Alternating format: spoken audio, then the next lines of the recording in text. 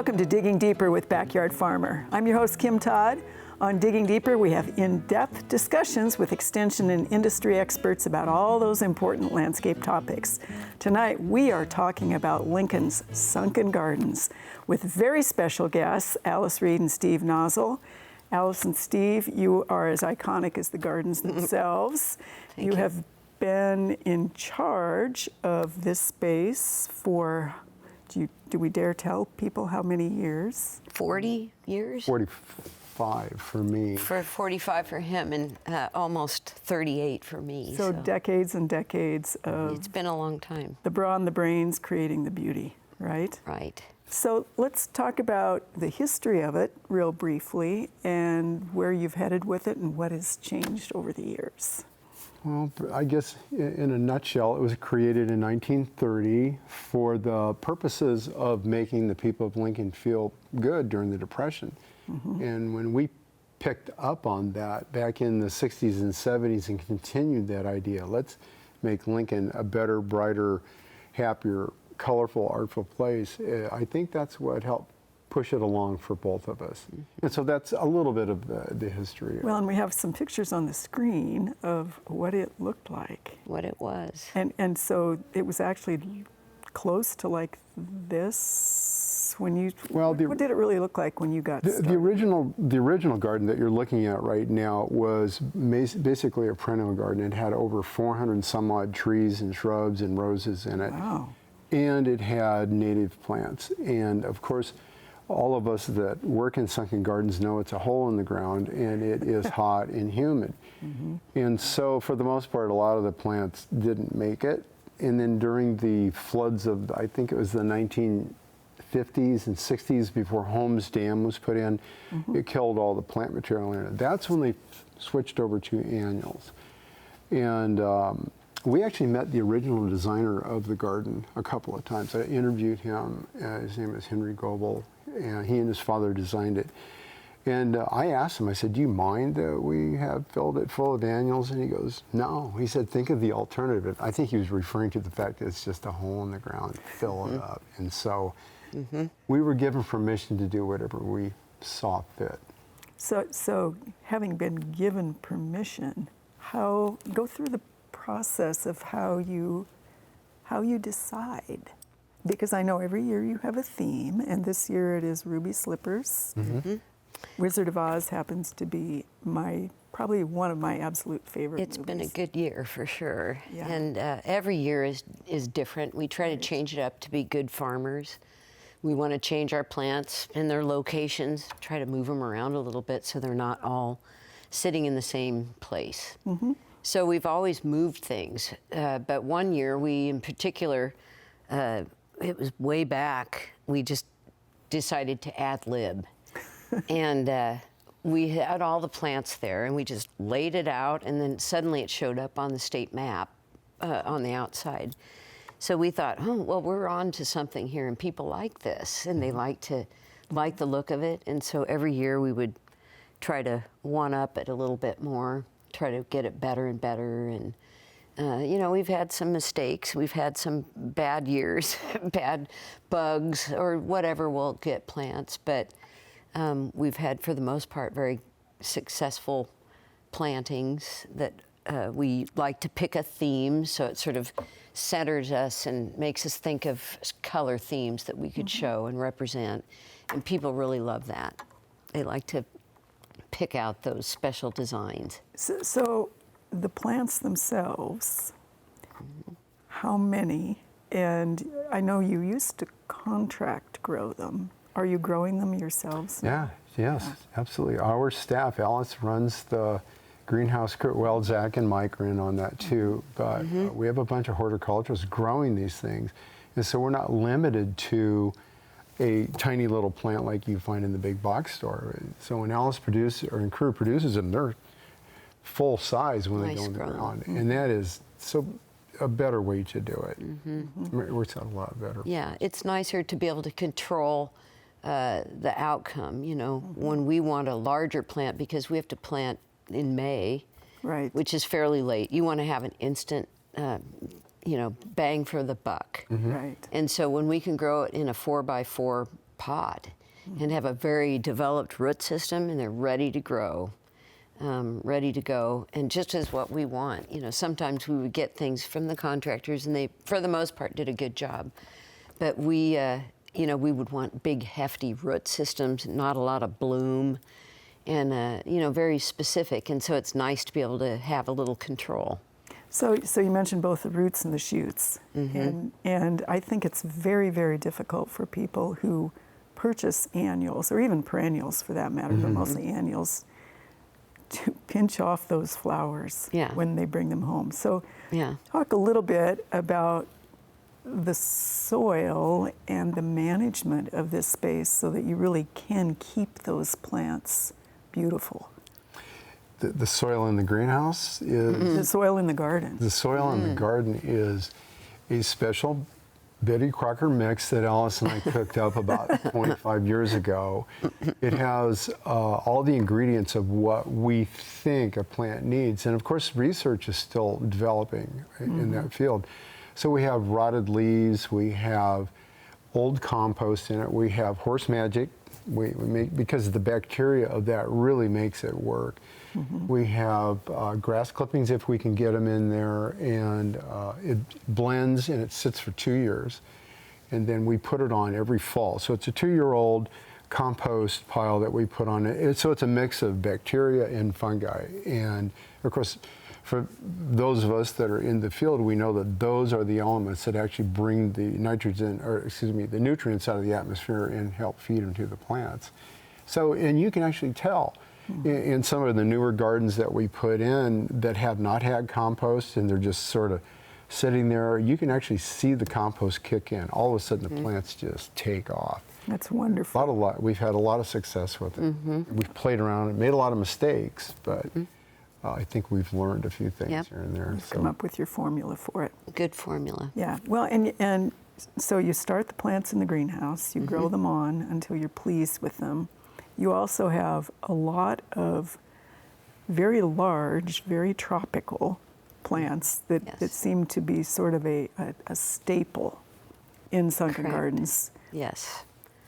Where are you overwintering those, or Big are tropicals, yes. We overwinter, so our banana trees, the cannas, some of the big grasses, all of our alocasia, calocasia, elephant ears, Thai giants, all those that if you had to purchase those each year, a banana tree for an average would be about $15 to $30.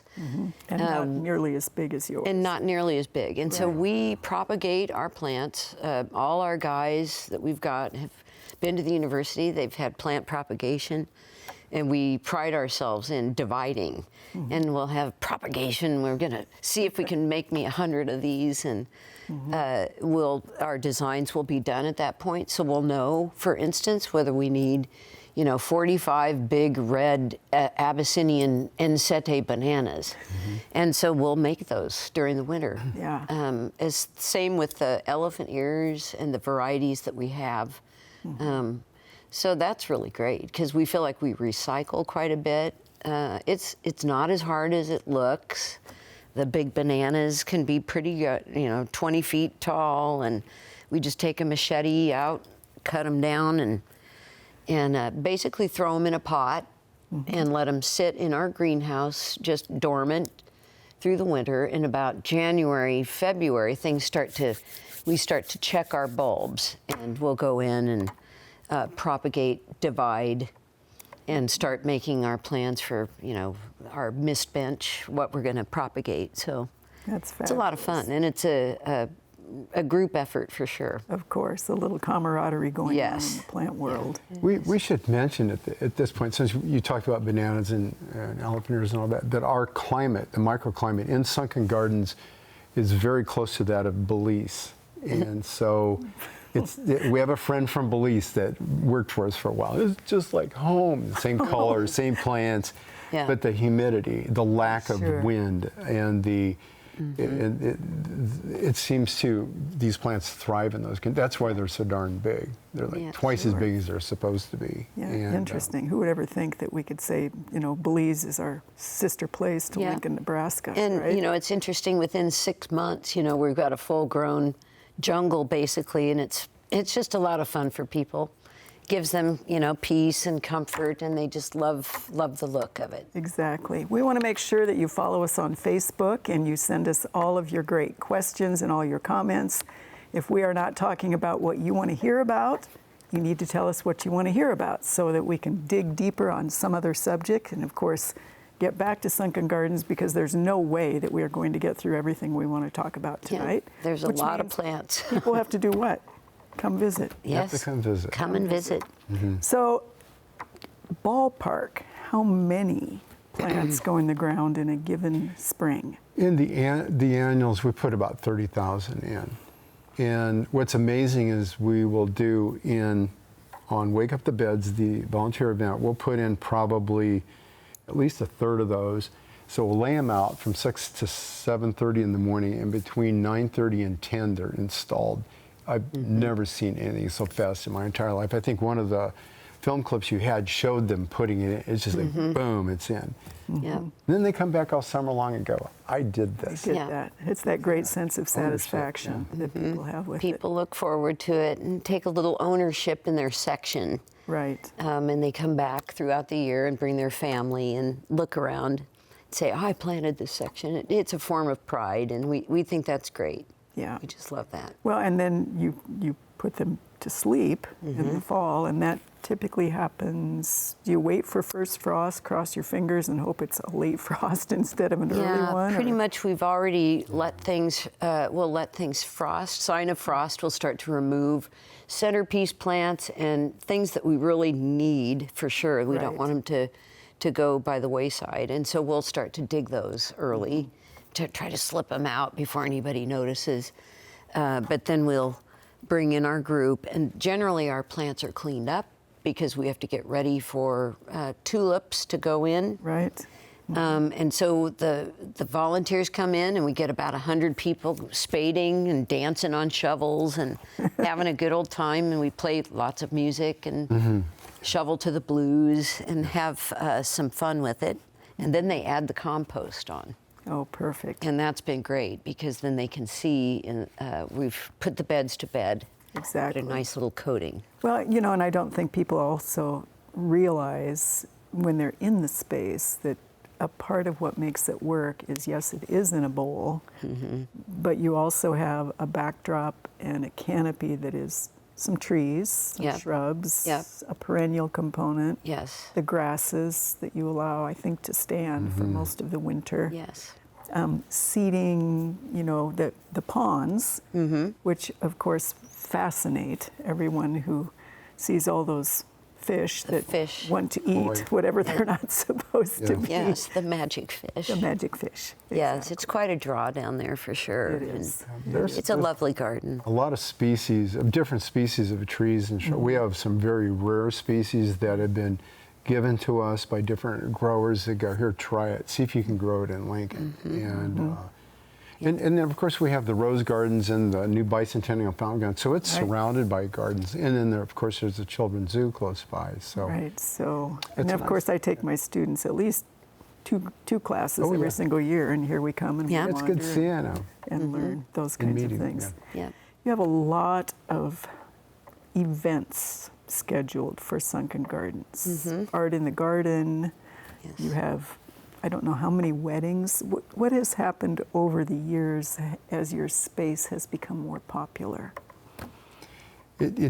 What's happened that we talk about a lot is that the garden is a little bit too small for what happens there. And we're only hoping that Yeah. we someday get a bigger expanse for people to use. Something, of course, we're hoping for a botanical garden in Lincoln, which I believe someday will Conservatory happen. Botanical. Someday. So our community is becoming a garden mecca. I mean, it's everywhere. And of course, what you guys do with Backyard Farmer, think of the response you get. You have so many people wanting to know, and Right. that's or, cool. or just to be in, as you mentioned. You know, they're certainly not going to do 30,000 annuals at home.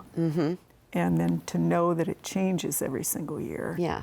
And to be able to say, gosh, I want that. you know, Yes. or could I do that? Oh yeah, So you brought a bucket. Do you I brought a wanna talk bucket. about some of them? Well, I just brought a little potpourri, so to speak, of different things that we've used Yeah. this year. You know, this year, so some of the most asked about plants are in this bunch here.